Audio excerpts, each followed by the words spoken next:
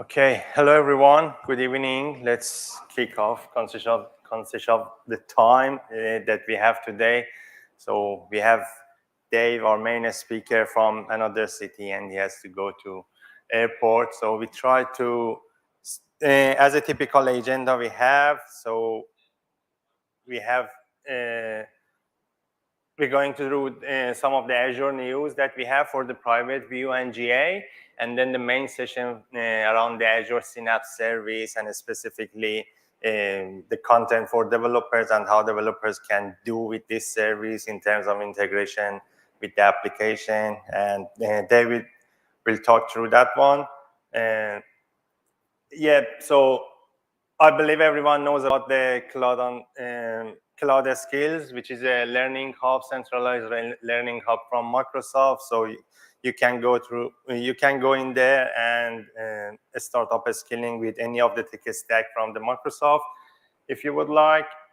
So there are a bunch of, we got 6 slides to cover for public preview and GA. So we are not going to talk through every single items, but I put every slide for 1 minute on the screen, and feel free to raise your hand if you want to talk through one of the specific items, but otherwise, yeah, we can, you can catch us later after the main session, or we can have a chat around that one.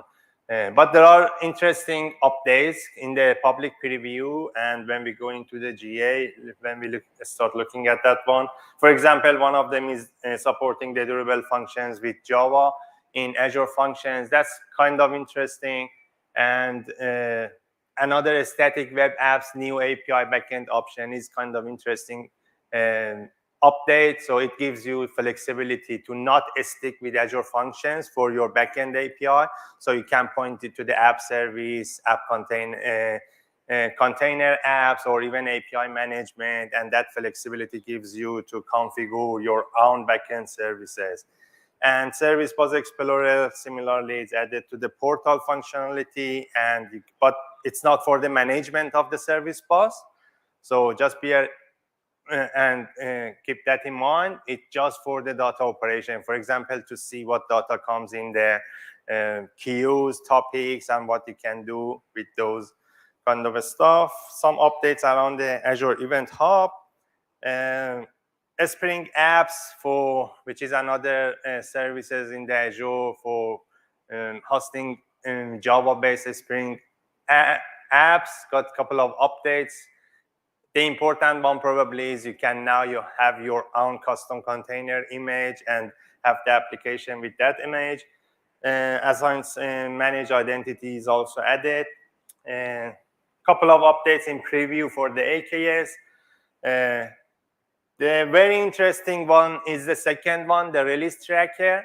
So that's kind of like a new web application developed by Microsoft, and it gives you a real time in terms of see how Microsoft is rolling out all the AKS updates into multiple regions and into different regions. And basically, you can have the real-time visualization of updates rolling out specifically for the AKS service into multiple regions. So that's kind of interesting, and it's important because you can keep track of, for example, if you have a dependency to one of the preview features in the Kubernetes. For example, Kubernetes 1.24 is in preview, so AKS is supported in the preview, and you need a couple of features in that one. So if you go to that website, you can see how Microsoft is rolling out between regions, and especially because Microsoft is applying a self-deployment practices framework. So Microsoft is adopting the SDP framework, if you are familiar with that one. And that SDP framework applies a safeguarding and some guideline how Microsoft is rolling out the features and updates for different services in Azure into different data centers and into different regions. So that specific framework has a 2 weeks from the beginning into end for every single service in Azure until it gets fully rolled out. And by that, Microsoft introduced a couple of rings, deployment rings, for example, the Canary, and then early adopters, and then early region, and then the global rollout. And that's really helpful, especially for the AKS service, to show you, for example, your specific region for a specific AKS updates, what the status is of that. And another cool one is it gives you the link to the release notes for all the update that AKS team is providing by each update. So you can go to the details of those updates and see, for example, by this update for this fortnightly by the AKS team, what feature goes into the AKS update specifically for your region. And yeah, a couple of other things in the public preview. The first one, again, is interesting announcement. So Azure Mount Files and ephemeral storage. So it's added to the container app. So you can easily now have Azure Files and share them between a couple of container apps and mount it as a volume. And couple of items in preview for Cosmos DB as well. API management authorization is also interesting one. The last one is quite interesting, Microsoft Purview. So the data sharing is added for the data lake storage, Gen 2 and Blob to this Purview.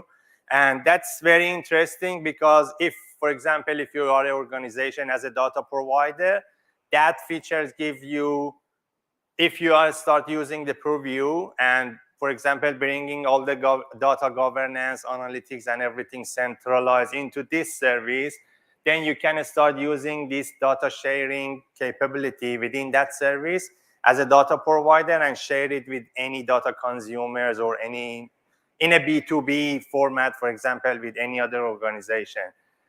It's very similar with the Azure Data Share Service, but it gives more capability and flexibility to you. For example, you can share your analytics data as well because you have that one already within that Microsoft Purview. And another cool thing is there is no charge as a data provider for you when you share the data using this Purview service, and only the consumers of the data will be charged for using the service. Moving to the GA, there are a couple of items in the GA. Azure Functions, so durable function support for Node.js is added. Retry policy for Event Hub and timer triggers is also very interesting. So that's each of bindings has its own retry implemented into the binding, but this one is the policy base which handles and manages at the runtime level. And that's quite interesting because it adds more flexibility and bring that retry management out of the binding and manage at the runtime level. And gives you, for example, you can specify based on number of retries, and the runtime keeps running until it gets a successful result from the Azure function, or reach the maximum number of retries that you have set for that one. API management also got a couple of interesting. Self-hosted gateway v2 with another interesting updates, which two important things comparing to version 1 is you can use now Helm charts for deploying that one. And the other one is it supports open telemetry. So those are two important updates with this version v2 added. And couple of things for the application inside. Azure AD authentication, basically that's ensuring only authenticated telemetry get into your application inside, and it not about all the telemetry from all the applications that are linked to that application inside instance. A standard test, which is similar to the single URL ping test, but with more functionality around, for example, proactively checking your HTTPS certificate, and if it's about the expiry, and it can notify you with that one. Again, couple of updates for the AKS service, again in the GA. Again, there are a number of that, so we are not going to talk for every single one, but GitOps with supporting Flux v2 is another interesting one, which is GA now, and it gives you the capability to fully manage your workload within the AKS service completely as a code-based, Git-based, and configuration-based rather than going with the CLI commands, and you can have Git repositories for your configuration and application deployment. So that's another interesting update there. Azure Container Apps support for custom domain and TLS certificates is GA now, so you can have your container apps with your own domain and your own certificates. So each container apps can point using your own domain. A static web app CLI, Signal R, premium tier, which gives you more resiliency, auto scalability, and custom domain support as well. So it's kind of good for enterprise-grade use. And event grid, partner events also added. It's a great feature for integration between SaaS services and your application. For example, if you want to have, if you are a SaaS provider, or if you have application working as a B2B model with another SaaS provider, that's good for integrating events from those SaaS provider, SaaS applications and your applications. And that list, that different type of the events will be added to that list. At the moment, Auth0, for example, supports triggering and sending events to Azure Event Grid. And the other one is Microsoft product, for example, Outlook, MS Teams, SharePoint. They are also capable to send partner events to Event Grid, which you can use to handle those events. And a couple of other GA announcements around the responsible AI that they do the investment and safeguarding for the facial recognition. Cognitive services, so that's CLU is a evolution and the second generation of the Louise. So if you have any application that works with Louise, so that service is in GA, and that's a good time to start exploring and see how application is your application and Louise in your application is compatible using the CLU, and think about the upgrade to this one, because they completely changed the fundamental for the Louise with this CLU.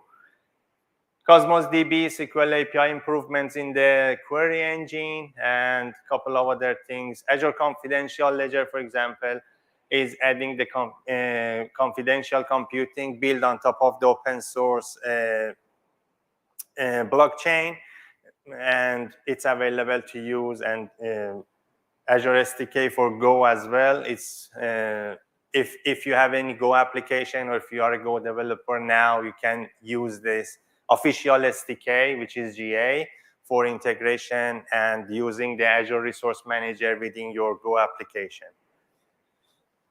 So that's it. And as usual, this is the developer community newsletter. If you haven't joined, please go and join, and you get a curated content every month from the community.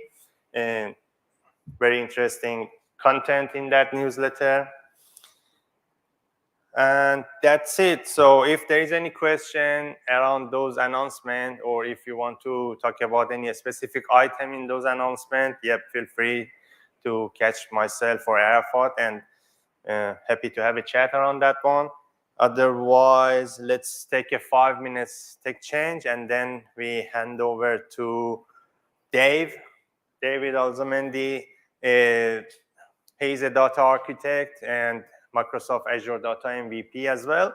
And he's here tonight to talk about the Azure Synapse service, specifically for the developer and integration with developers. And I'll leave it to Dave to go through in the details. But we had Dave before here as well, another session before going COVID. I can't remember.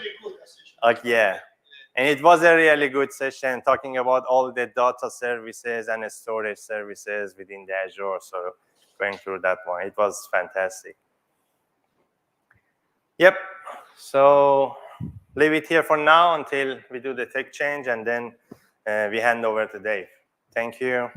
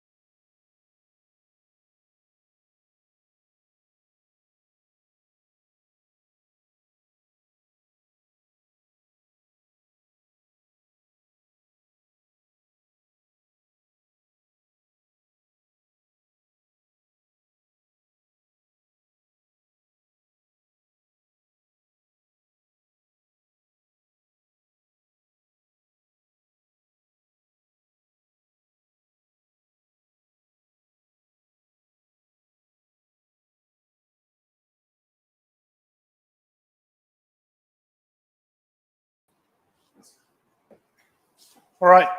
Look, I promise a couple of things for this presentation. I promise that at the end of this presentation, you have learned something. You're going to learn that the service that we're going to be talking about today is a future-proof service. That means that it's a service that is going to be available for you in the upcoming years, that there'll be new features that they're introduced to the service, and therefore, when thinking of a data analytics solution, it's a service that you should consider. The second one, today we're going to be looking at different personas, and each persona will have a different set of skills, and I'll share with you actually what you get in Azure Synapse Analytics from that point of view. And the third one is that we're going to have a lot of fun, okay? What I need from you, actually, is for you to give me feedback, because it's the first time for me running this PowerPoint deck and presentation. So if at the end of the presentation you have any point of improvement that you want to share with me, feel free to do it. Ready? So let's start by, oh, you're eating. So we're not going to raise the hands. So let's go to the agenda. Based in Brisbane, I came here today to give this presentation, and I had a couple of more things to do. I'm always happy to come to Sydney to share my knowledge. If you want to contact with me, LinkedIn might be the best place. But the agenda for today, so a short intro about Synapse. I'm going to try to keep it really short, so we have more time to look at the different roles and what it means for each one of the roles to have Synapse Analytics available. Do you have those ones who are not eating? That there are not many. Any DBA in the room? Raise your hand, please, or shake your head. No DBAs. Any data analytics professional or data professional? Any data professional in the room? Any developers in the room? Gotcha. That'll be good enough. So I have grouped the roles into different buckets. So I'll explain a little bit about the personas, then we go and I show you things in the service, right? So we'll have a lot of kind of demos and looking at the service and the different capabilities within the service. I think we only have 20 slides, and most of them are titles. I have reduced 100 slides to the minimum possible. So you have the opportunity to look at the service, actually, and to look at somebody playing with the service and different use cases. Let's go and do it. Right, intro to Synapse Analytics. Is there anybody in the room who is not aware about Azure Synapse Analytics? Please raise your hand now. A few of you. Right. So look, the mission for this service essentially is to solve a problem. So on one hand, we had big data, and on the other one, we had traditional data warehousing or data analytics solutions. So we had those two things, especially with the rise of big data back in early 2010, right? Things became a little bit confusing, right? So, oh no, people were saying, we don't need SQL Server anymore, now we're going to use big data, right? I'm like, okay. How much data do we have? 100 megabytes. Let's use big data with 100 megabytes, right? Things became a little bit confusing. So we had, on one hand, big data solutions, and on the other one, we had traditional data warehousing solutions. So Synapse Analytics is trying to simplify things for us. It's going to offer the big data and data warehousing capabilities that we know from the past 40, 50 years into a single platform, modernize the platform, and offer to us a stack of tools that we can use for different business cases, right? That's important to understand. So what you get as part of Azure Synapse Analytics is a framework. It's a collaboration space where people can use different tools. You don't need to use all of them. You just need to use the ones that are a good fit for your use case. Let's talk about the different roles that we're going to be covering today. So from data architects to junior developers, all those roles are able to take advantage of or do something within Synapse. If it's learning, configuring, monitoring, or developing solutions. All of them can go and use the service in for different reasons. The platform is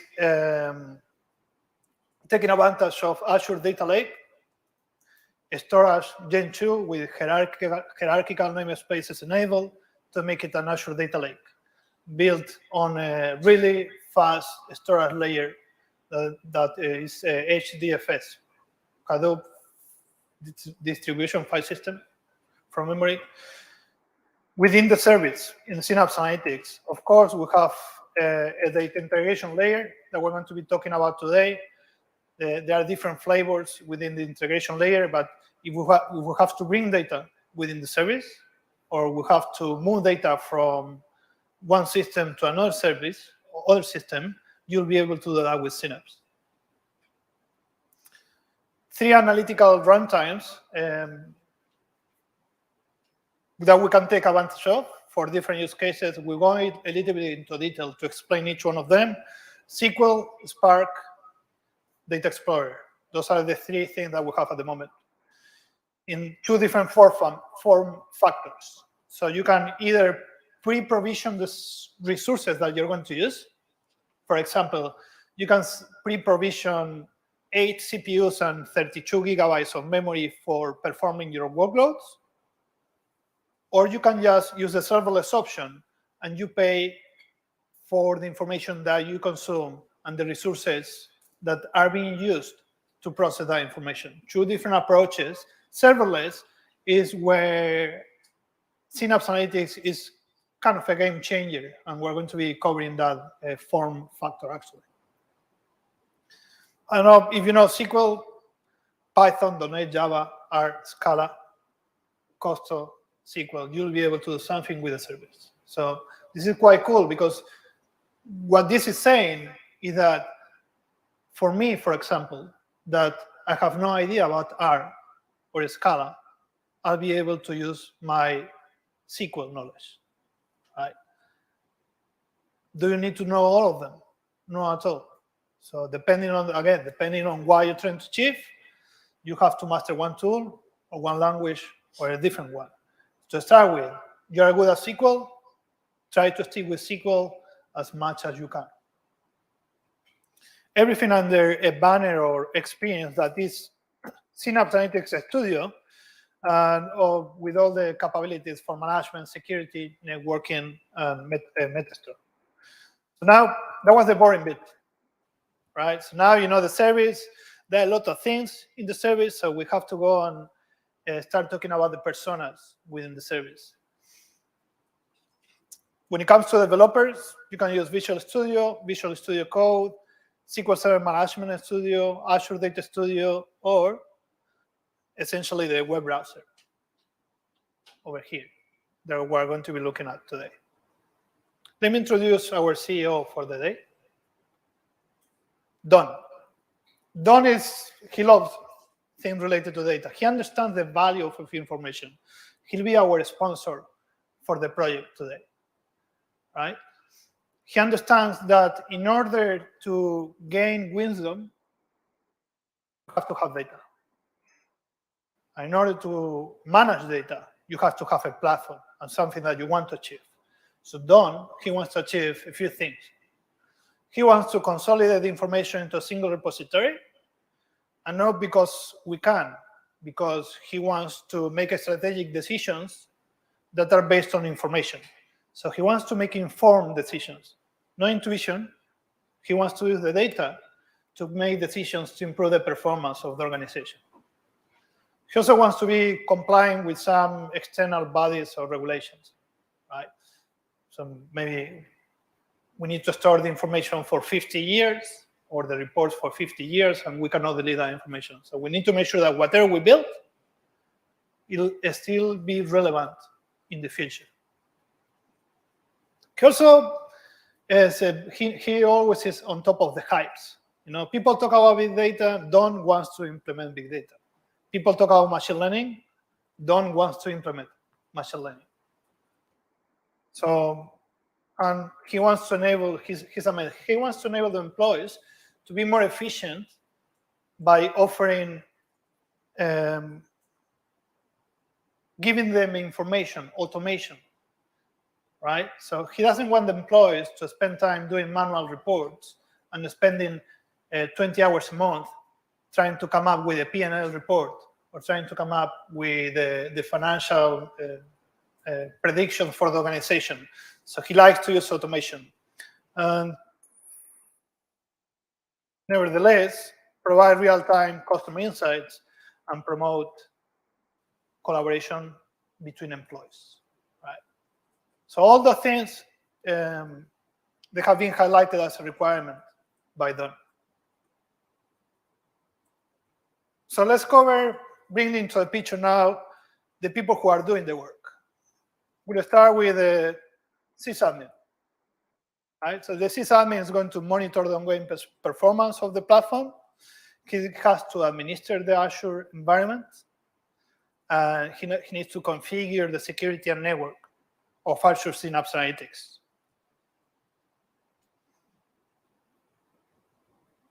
He's good at playing ukulele, or that's what he thinks.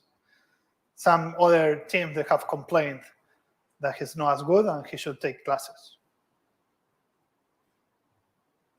Our big data administrator for the night, he's going to be doing DBA stuff. He's going to monitor the performance of the databases across the organization. He's going to do all the magic that they do with the indexes, data skew, and some ongoing cost as well, and access, and so on. And our data architect. Our data architect, she needs to transition those business requirements into an implementation plan for the solution. But she also needs to think about future-proofing what we're going to do. So she needs to look at the enterprise data model of the organization and needs to promote the management of those data assets, right? So, and start creating a business glossary to democratize the business terms within the organization.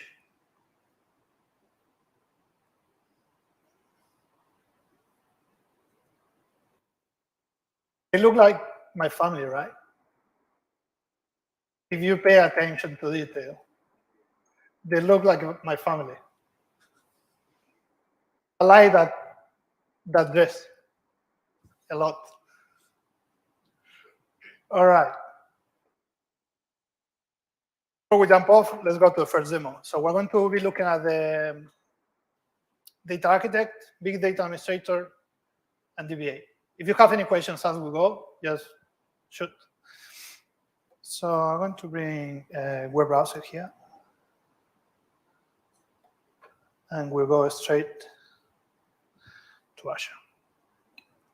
Right, so sysadmin, right? He has to look after the Azure platform. Therefore, and we told him to spin up a Synapse Analytics. So when you're spinning up a Synapse Analytics, there are a few things that you have to look at specifically. So let me search for Synapse and create a new one. Right. Synapse is one of the only services within the Microsoft ecosystem that once that you have created the service, you cannot move it to a different subscription or resource group. It's one of the only ones that once that you have selected the resource group and the subscription, if you want to move it somewhere else, you have to drop it and recreate it. That's the first thing that the sysadmin needs to understand. Then each Synapse Analytics has to be related to a specific storage account.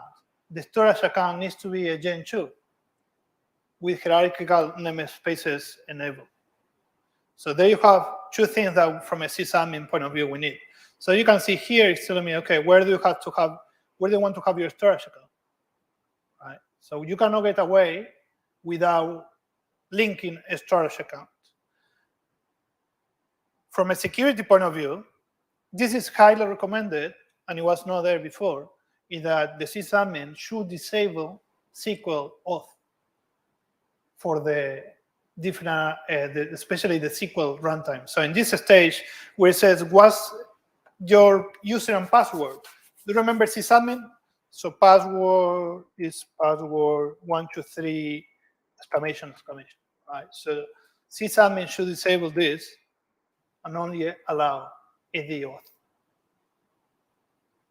If you have any encryption key that you want to bring, and I haven't worked with any organization that they have encryption key, you can do it here. Manage virtual network from a networking point of view. So you have the option to create your own managed virtual network. What's the benefit? So once that you have the managed virtual network, you can integrate that as part of a bigger ecosystem within your organization, right? So you can make it part of make a point-to-point private endpoint between a network VNet that you already have and the managed VNet of Synapse. You don't get to change this after you create the service. So this is a decision actually, and I've worked with organizations that are happy to have a managed VNet, and I've worked with organizations that it's not required, right? But once that you select an option here, you cannot change this after you create the service. Really important. And the last one will be to disable the public network access. So what does it mean, public network access?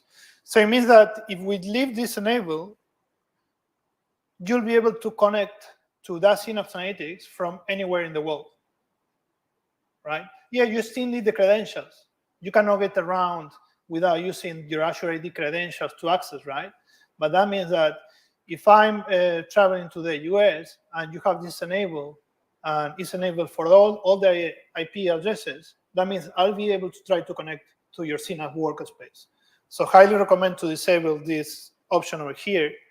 And finally, you will go to the tags, and all of us, the sysadmin is an expert on using tags, and he has a few of them that he likes to use, right? So that's the first place that the sysadmin, cloud architect, or whoever is creating the service will get involved with Synapse Analytics.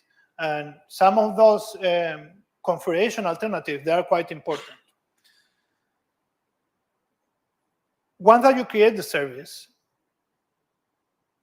it'll show up as a Synapse Analytics service in Azure. There'll be configuration steps that you can change. Like if you forgot to disable SQL auth, you'll be able to do that. There'll be things that you cannot change, like the private, the managed VNet. So, but then this link will take us to Synapse Analytics workspace. Before putting, you're going to land in this page over here. If you've been working with Azure Purview, Azure Data Factory, you'll see that the user experience is quite similar to start with. So that's a good sign. So we're trying to get the same user experience across all the services. So let's go with the DBA. So the DBA is going to look at our big data admin, right? So the first thing that he wants is he wants to be able to monitor the different analytical runtimes. And he'll be able to do that from here, the SQL pool runtime, that we're going to go into detail, no worries, Spark pools, data explorers, and he's also going to be able to see the requests. I don't know if I have any here.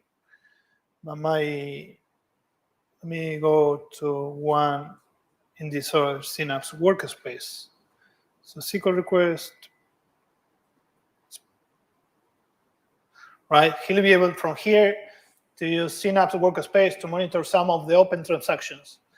It also means that if you are using a better monitoring tool, you might be able to connect that monitoring tool to the backend SQL database. He also be able to create and manage some of those analytical runtimes. So from here, he'll be able to create databases, servers, Azure Data Explorers, and things like that. And once that you have created the services, he'll also be able to configure a few things within each one of those analytical runtimes. I'll talk here for a second. So what you see here is the serverless configuration. So we only pay for the information that we read and the resources that we use. But the pricing model is based on the information that we read. So this means that you can also limit that. So it's around 1 terabyte, around 6 or 8 Australian dollars per each terabyte that you read. But you can also limit that here if you want to buy it daily, weekly, or monthly. So what does it mean? I'll give you an example. So we have, there's a company in Brisbane who is using Azure Synapse Analytics, and they built a data warehouse, without using the traditional database approach. They're using a data lake house architecture, and they get a bill for using the serverless option of around $80 a month when they have 400 users querying the information. I think it's not 400 users. I think it's around 100 users. But that gives you an idea on how cost-effective this can be. From data architect point of view, she doesn't care. She wants this to be governed, managed, and that we're cautious about using our data assets, integration points, and so on. So Synapse Analytics is fully integrated with Azure Purview. And Azure Purview will give you all those capabilities. Give you a business glossary, it gives you data lineage, it gives you the data share functionality now, it gives you access control on scanning your assets and identifying terms to classify each one of your tables, each one of your columns within tables or files. So I mean that by connecting Azure Purview here, you'll be allowing, and now we are in Azure Purview. I just swapped the window. I'm going to Azure Purview. It looks similar, but it's not the same. So it's going to allow all the employees in the company to easily find reports, integration points, tables, files within the organization. You can see how we can enable the data lineage over here as well. I'll stop here for a second to summarize a little bit what we've done, what we've seen in those 3 rows. Really easy start. So we have a person who is going to create the service, right? That person needs to look at the configuration of the service, needs to look at networking, security, where is the service going to be hosted, right?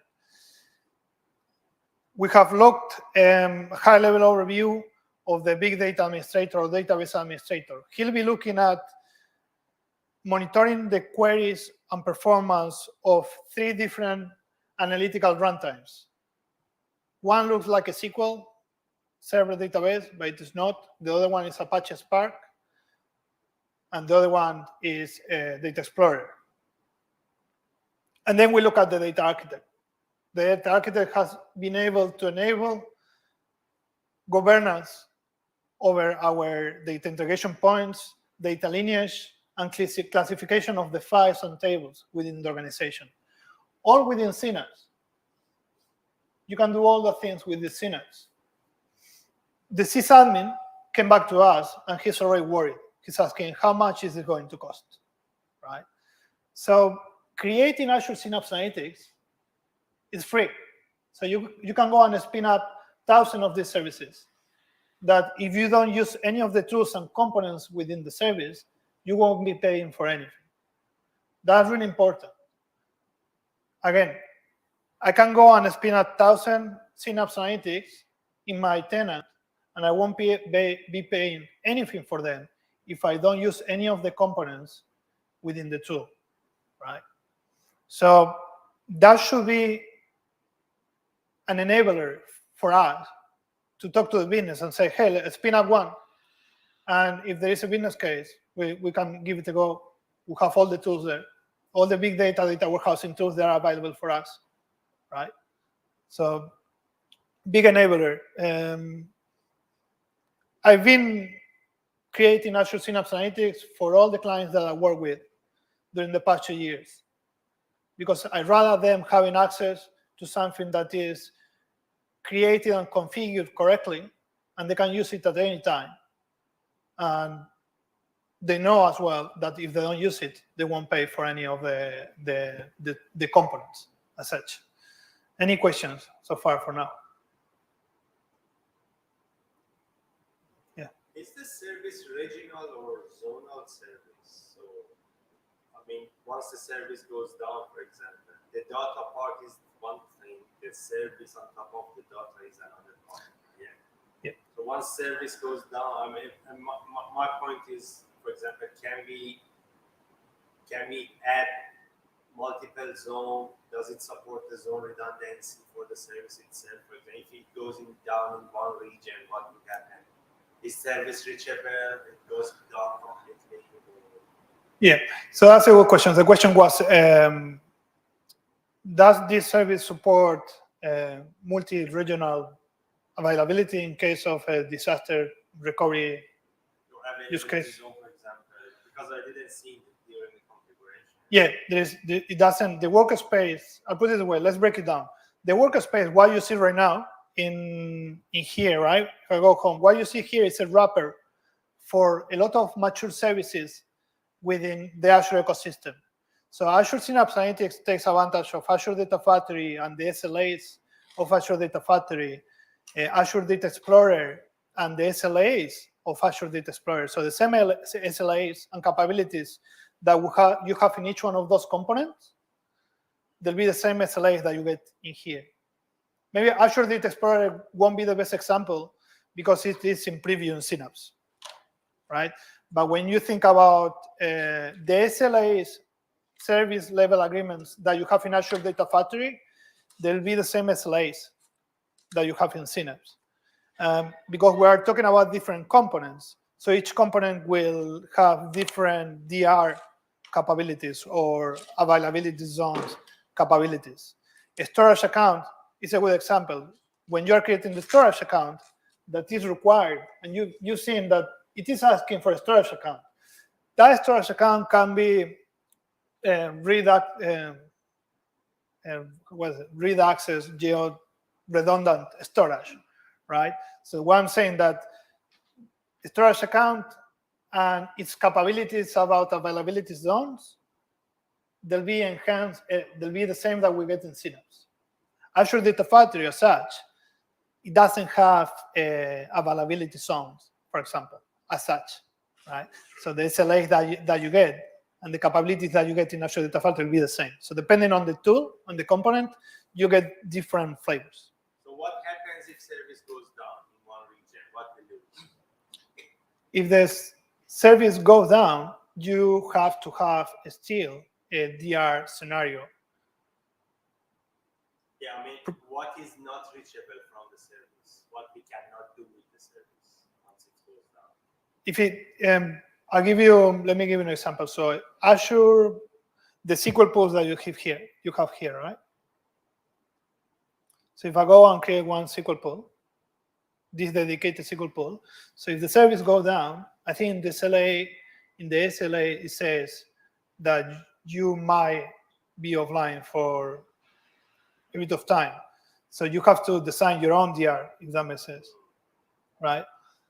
So there are disaster recovery scenarios for some of these services that you have to build yourself, if that makes sense. I believe it's going to be complicated because the DR for the service itself is one layer, and then you are thinking about how you're going to manage the DR for the underlying components like the SQL or Data Factory or PureView is another layer. Yeah. And then keep them synced.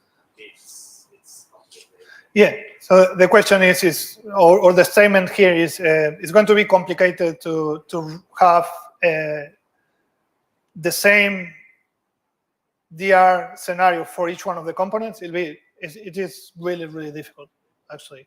So let's summarize. Each component with this Synapse will have a different DR scenario, right? And that's something that you have to think about. Sorry, yeah. Can organization use to integrate their existing Hadoop file system to this Synapse? If you have an existing Hadoop file system to integrate with Synapse, we'll get to it, but I know that I'm aware of to map it in here. So the experience is you start querying the files from your Hadoop in this workspace. So you won't be able to do that, but you'll be able to connect to your Hadoop file system, if that makes sense in any way. So if you want to move those files from your existing Hadoop within a storage account, you'll be able to do that. But you won't be able to map your Hadoop within this workspace experience. Let me go and show you what I mean. So when you select the storage account, that storage account is going to show up here. In the data option, the data hub, you'll see all the files, and any file that you put there, you'll be able to you'll be able to query those files. That's what I'm saying. So this experience that you see here, so you won't be able to have the same for Hadoop file system storage. There are scenarios where organizations have invested in Hadoop file system. It's hard to move them into development without the maintenance of the Hadoop file system. Yeah. I've seen organizations using Hadoop file system, running compute and visualization on cloud. I was assuming the same can be used on Synapse. Can you repeat the last bit? So yeah. I've seen organizations like FSI organizations using Hadoop file system on-premise and leveraging cloud for compute and data visualization. Right. Yeah. Yeah. That's so. The statement is that what's your name? Sorry. Ramesh. Made a statement that some organizations, they already have an investment in Hadoop file system storage, and they're taking advantage of the compute power of Azure to develop some analytics or insights of that information. Yeah, so in that case, so to bring it here, you have to migrate all your Hadoop file system within a storage account. Yeah, that's a good point. You can still manage to use Apache Spark notebooks and connect to your Hadoop file system from here if there is network connectivity. That makes sense. Any other questions? No? All right. Let's go to the nitty-gritty detail. What a junior developer? What can a junior developer learn from Synapse Analytics, right? He doesn't have a clearly defined roles or responsibilities, but he has a mission. And he just finished the unit. So he has a lot of energy and he wants to learn, right? So by using Azure Synapse Analytics in the organization, he'll be able to learn by looking at the solutions of senior developers. Remember that we're talking about a workspace experience. So that brings all the different developers within the same place. All of them with different access can navigate the different layers and the different capabilities, tools, assets of Synapse Analytics. So if he learns how to navigate Synapse Analytics, he'll be getting experience on big data and data warehousing capabilities, right? I wish I had this 15 years ago. I wish I had access to a tool like this one, right? Back then, when I was a junior, I had access to SQL Server Management Studio and a reporting tool, and I had to go to 2 different places to find solutions related to each one of the layers, right? So in this ecosystem, he'll be able to speed up his progress, his knowledge, his experience faster. And now we'll go with the big 3 of developing, getting things done, right? So data engineers, data insights developers, and data scientists. The data engineer, he just wants to build pipelines. He wants to move information from system A to system B. But he has to do that with 90 applications, 90 different connectors. He wants to manage large volumes of information, right? But also small ones. He might be working one day with a few files that there are 1 megabyte or 10 KB each file, but the next day he's working with gigabytes of information, hundreds of gigabytes of information. So he needs a solution for that. The insight developer or Power BI developer, he wants to make Power BI reports. He needs to create those actionable insights, right? So the business, so Don, our CEO, can make decisions. We don't like it, right? We don't like that the report developers or data insight developer, they get all the credit, but it's true. That's the most important role, right? We could have the best data model in the backend. We could have the best infrastructure in the world, that if we are not able to make an informed decision based on a report, we will fail. So here you have Daryl. He wants to build Power BI reports, and he wants to do that fast, really, really fast. We also have a data scientist who wants to build machine learning models. He wants to predict what's going to happen in the future, right? With all the fancy tools that I'm not an expert on. He wants to use the machine learning libraries of Apache Spark, but he also wants to take advantage of artificial intelligence as a service.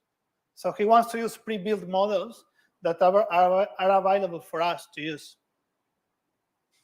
Build machine learning models by clicky. This is more like, it will be more like me. That's how I want to build my machine learning models. And let's go to it. We'll kick off with data engineers. We go from really basic scenario, and I'll share with you a complex scenario. So you see the benefit actually and the scalability of the service.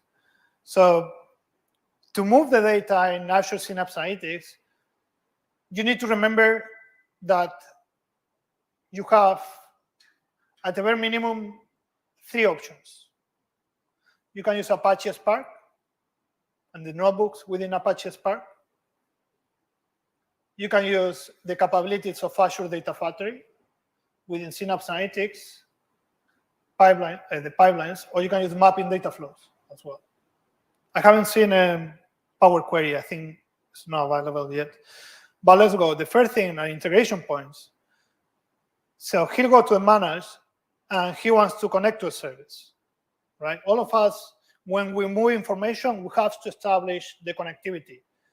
So our data engineer will have more than 90 connectors, yes, more than 90 connectors to work with, that they go from some Amazon services to Azure services. And if you don't have a connector here, you can go with the basic ones. You will have a HTTP connector that will allow you to connect to any application that provides a REST API endpoint, for example. If your database is a Fox Pro from 1980s, you can use the ODBC connector. This means that you have the capability of using pre-built connectors as well as using generic connectors that give you unlimited options as such. Once that you have created the connections, and I'll split this, the main components of Azure Data Factory, okay? Link services are the connectors. Then you have data sets, that is the definition of the asset that you're working with. For example, a table or a file.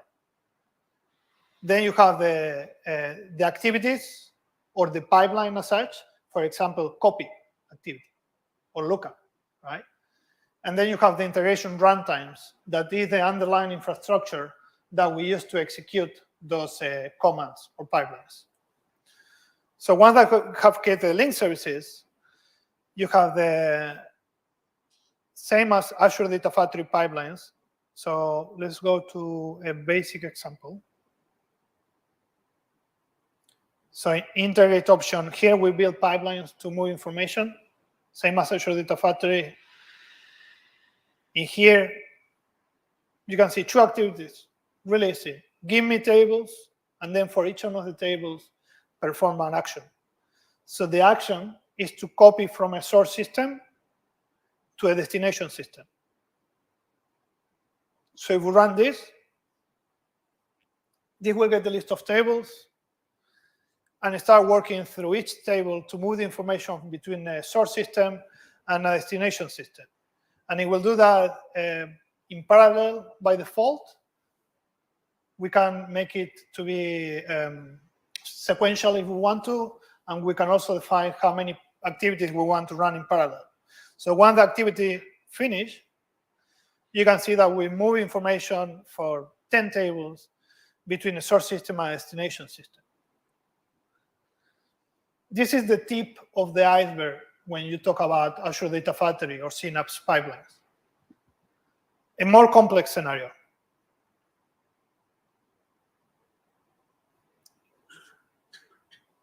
In this scenario, follow the same approach. Give me some activities, give me some tables, and for each one of those tables, do something, right? And you can start thinking, be smart about your decision, right? It's moving to a data lake. It's moving to a database. And in this scenario, all the metadata is stored in a table, in a database. So that means that that solution there will pick up each one of these tables or assets and is going to do something with them. Now think about the bigger picture. This is like a complex scenario, right? But think about solutions like this, they are able to scale. And why do we want to do this? Because I don't want to create a pipeline for each one of the 20 assets here. I don't want to have a developer that goes and creates, oh, let's create a new pipeline to move the information for this table. And the day after, say, oh, let's create the same pipeline, but with different tables. So you don't want to be repeating the same task. So you want to be as smart as possible. So this, what they call the dynamic data load approach for data warehousing, this has been around for 30, 40 years. So this is not a new approach. But with Azure Data Factory, it's really easy to start enabling these types, this solution as an example. And then you can start using JSON or start doing whatever you prefer with each one of those assets. There's a lot of information available out there on how to do this. Then you have to tailor it for your solution. But what if we want to use a different approach? You can still take advantage when it comes, and this will fall a little bit on data scientists, you can still use notebooks. Notebooks, as you know them from 8 years ago or so, from the Jupyter notebooks, same idea, but running in Apache Spark. So that means that Apache Spark is really fast when moving or performing heavy workloads. So if you're thinking about working with 1 megabyte of information, notebooks and Apache Spark might not be the good fit. You're going to be allocating a lot of resources for solving a really small problem. If it is the only option that you have, you might want to go this path for developing your data movement and integration capabilities. There are many organizations that are using notebooks and Apache Spark for doing all the data movement and transformation of their assets into meaningful data analytics solutions. So that's an amazing approach. Before I continue, because I promised this, let me cover one thing over here. I think it's really important.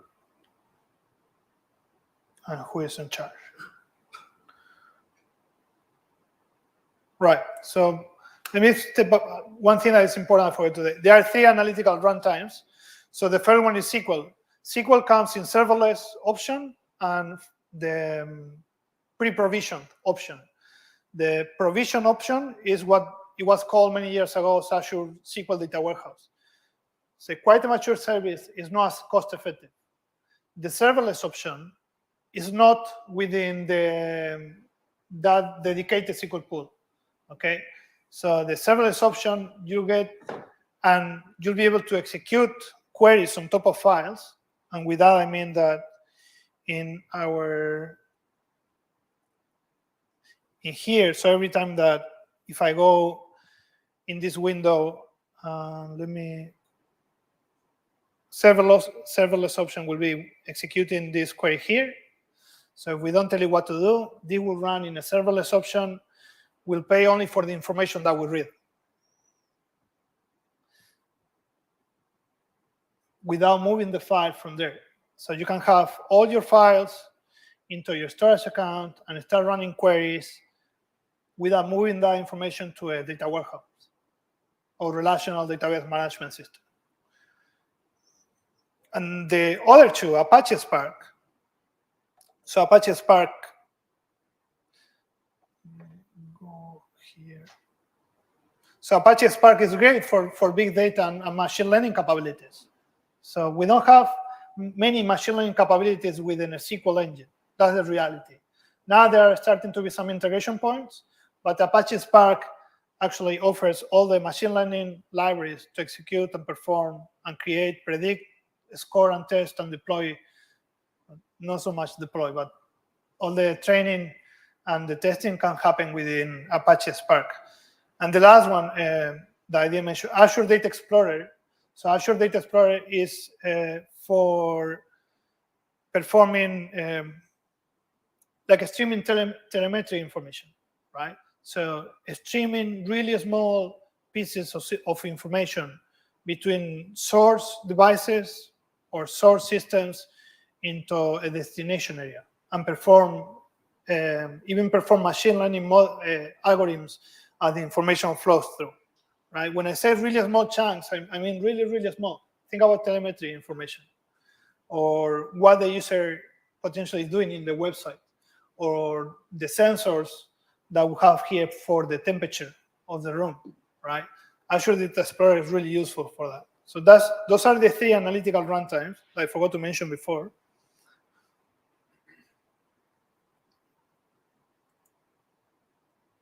Okay. So serverless option, you can see we pay only for the information that we read, and the DBA or the engineers, if they like to, they'll be able to see the information, the queries over here, but also the information that has been processed. The minimum will be 10 megabytes. So that means that even if you read 2 KB, it will say 10 megabytes there. That's something that it doesn't really add up much, but something to take into account. The data scientist, on the other hand, he wanted to do a couple of things, right? So the first one, he wants to take advantage of Apache Spark to create some advanced machine learning models. And in Apache Spark, you have different languages that you can use to create those solutions. So that's a win for them. Again, he'll use, in this case, if you look at this notebook, they're just creating some schemas and reading information from a file. Everything is SQL, because that's my strong point. So you can still do this with the Scala, you can do it with Python if you want to, but in my case, I'm good with SQL and I've done all with SQL. That means the machine learning models, all the machine learning libraries from Apache Spark, they're here. But not only that, this is fully integrated with Azure Cognitive Services. So that means that when I go to manage and link services, I can put Cognitive Services as part of my data orchestration. I mean, as the information comes in, if I want to run a machine learning model from Cognitive Services that is using the new language processing model to identify sentiment or to translate a text between languages, you'll be able to plug that here. That's the second integration point for machine learning. And the third one is that you can pick up any file, and some of the machine learning models, let me see.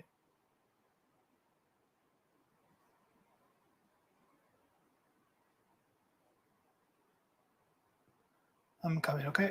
So where is it?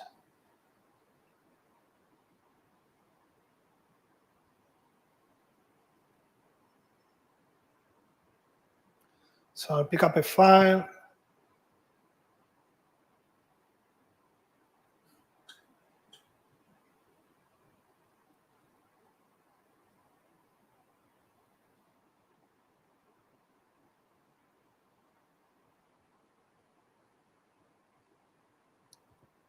So the next integration point that I'm not able to find it right now.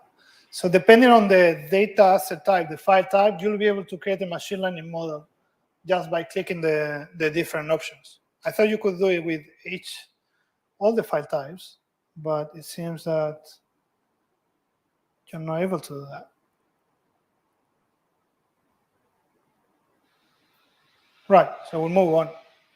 So for some file types, you'll be able to right-click and perform a machine learning model.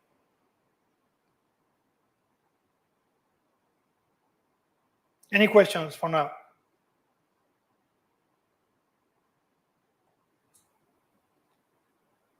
Let's summarize this a little bit because it's a lot of information. So data engineer, he has 90 connectors to use. Same experience as Azure Data Factory. He can also use notebooks and Apache Spark for performing some of those data movements. And mapping data flows. The data scientist, he can use Apache Spark and the machine learning libraries available within Apache Spark. He can use Azure Cognitive Services as part of the integration pipelines. And there's a way that I was unable to find today.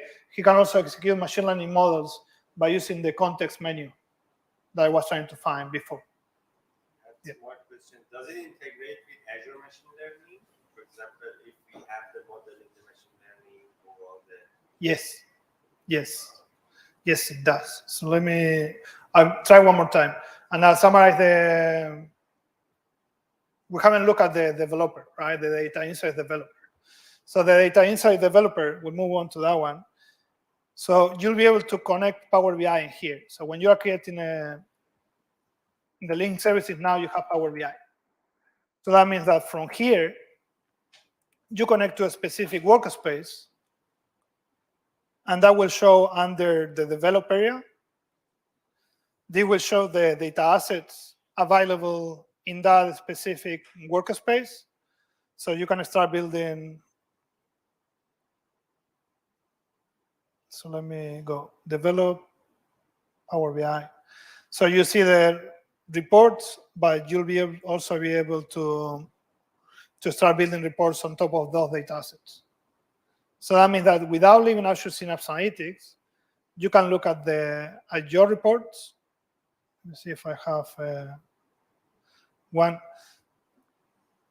that we can put. So this is the same experience that you get in the web service. You can see that they have embedded here the experience for us to build Power BI reports. Now, if you're looking at the storytelling report, or you're looking at the pixel perfect report, Synapse is not going to give you that. You have to do that with Power BI Desktop, just to be clear. But if you're looking at prototyping and building reports from your Synapse Analytics workspace based on files that you have in your storage account, you'll be able to do that easily from here. All those are test reports. The experience it's been improved a lot from what it was 1 year ago. Going back to the menu context, I'm sure. So let me try one more time to find the machine learning model.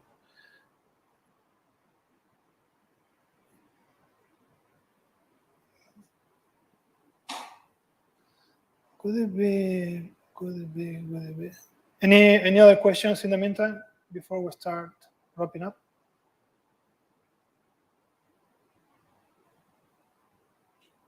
Questions. Maybe you have to be mindful of your... Yeah, that's fine.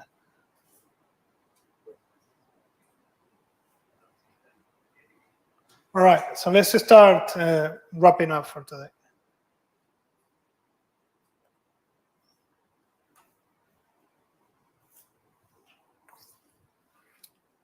the thing that you need to remember is that you have 3 analytical runtimes: Apache Spark, SQL, and Azure Data Explorer. Azure Synapse Analytics is just a wrapper for a lot of the services already mature in the Azure and Microsoft ecosystem that include Data Factory, Power BI, Azure Apache Spark, and Azure Data Explorer. In Synapse Analytics, if people talk to you about data mesh or data lakehouse architecture or modern data warehouse, you can do all those things in Synapse Analytics. Look, the roadmap for the product, there are a lot of capabilities coming up. If I was going to make a guess, this is already an amazing service, and it'll be an amazing service in 5 years, right? And the second thing that I want to highlight to you is that now Synapse Analytics plays in a different league. Some of you have heard about Databricks or Snowflake, right? Their mission, their audience is different from what we're trying to achieve with Synapse Analytics, right? Microsoft is trying to make things really easy for us to go and build solutions. That's the goal. So the more people use the product, the better the product is going to get, right? And again, Synapse Analytics is no longer one database.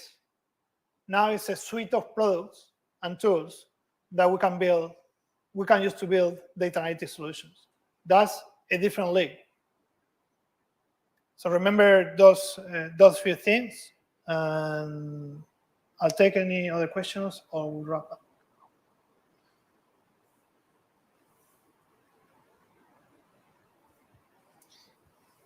Any question, guys? No? No. Right. So if you were going to start working in the data analytics industry, this is your service. I can tell you, you're going to learn a lot, and you have a promising future in this space. So keep an eye on it. Thank you. What are the alternate products of Azure Functions? Can you repeat the question? What are the alternate products of any other alternatives for this that does the same? Any other Like alternate? Azure. Other providers trying to do something like this? Not that I know, put it that way. Right, not that I know. There might be some third-party providers trying to achieve the same to make things easy for us. That's true, right? I'm sure that there are more companies trying to achieve something like this. I give you this tool, and the tool will do everything for you. But I always come to this point. Look, to answer your question, even if there is another provider trying to achieve something similar to this, one of the strong points for this service is as well that it's a Microsoft service, and it integrates with all the other Microsoft services. Right? When today you have the Power BI, there's an integration with Databricks as well. So that means that if you use this service, you are making sure that for the future, right, all your Microsoft stack is going to talk to each other and integrate with each other. The product team is going to make sure of those things. Right?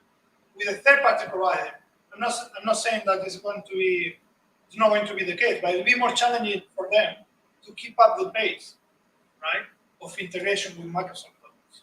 Everybody in most organizations, they have some sort of a Office 365 license, or they are starting to use Power Apps, Power Automate, Microsoft Flow, Power Automate, Power Apps, some sort of Microsoft offering that they are using, right? My point of view always has been, this is good for you because you only need to manage one provider. You don't have to go to a third-party provider and rely on them and the roadmap, the investment, right? So if you were going to make a bet, stick to one provider, and Microsoft will make sure that everything works between the offering.